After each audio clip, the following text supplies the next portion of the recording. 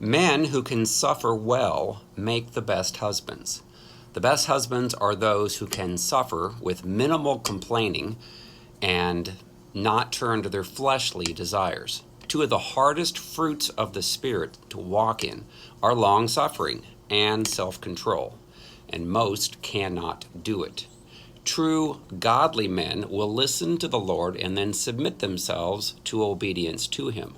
Oftentimes that requires that they have to endure suffering, trials, tribulation that can cause emotional pain and sometimes even physical pain.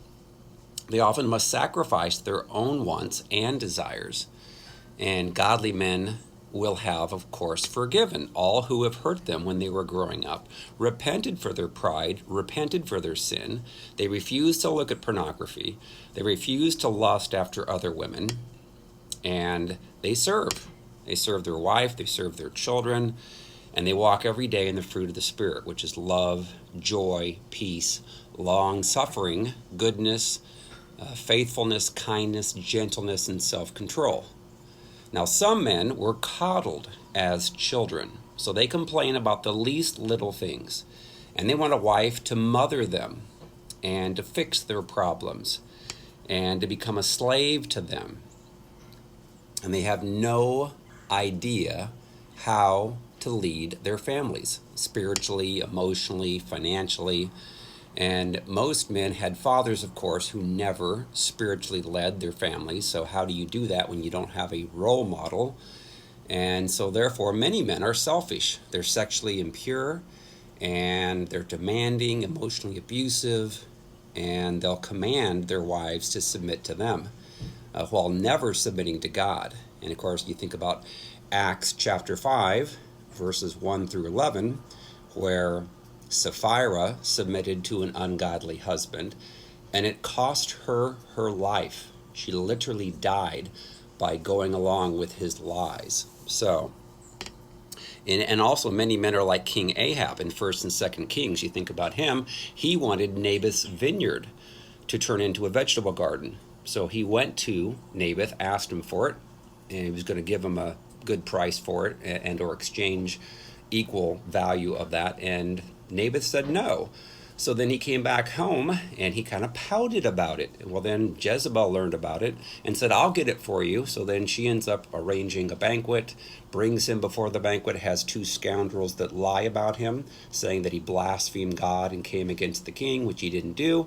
And they killed him. They stoned him. And then Ahab got what he wanted. So there's a lot of men that can have a wife that does those types of things for him. That's not cool.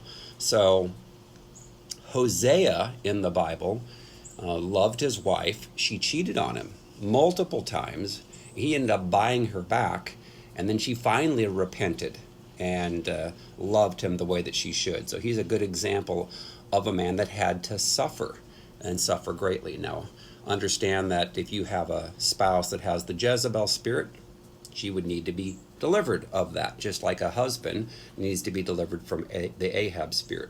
And of course, women can have the Ahab spirit being married to Jezebelic men.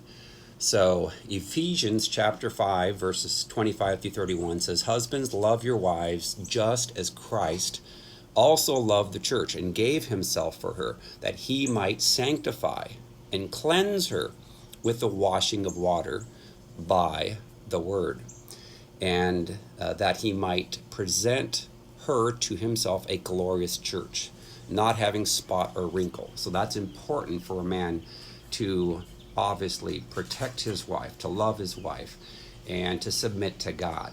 So I have a book called Freedom from Soul Wounds and Demons. It's helping thousands of people around the world to get healed of their wounds, to be delivered, and walk in the fruit of the Spirit. That book's called Freedom from Soul Wounds and Demons. It's available on Amazon in paperback, Kindle, and Audible. It's also available in Spanish.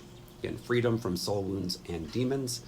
You can also request a personal session of healing and deliverance with me. Go out to our website, restored2tofreedom.com. Click on Contact Me and submit the form, or you can call 317-459-7091. Thanks.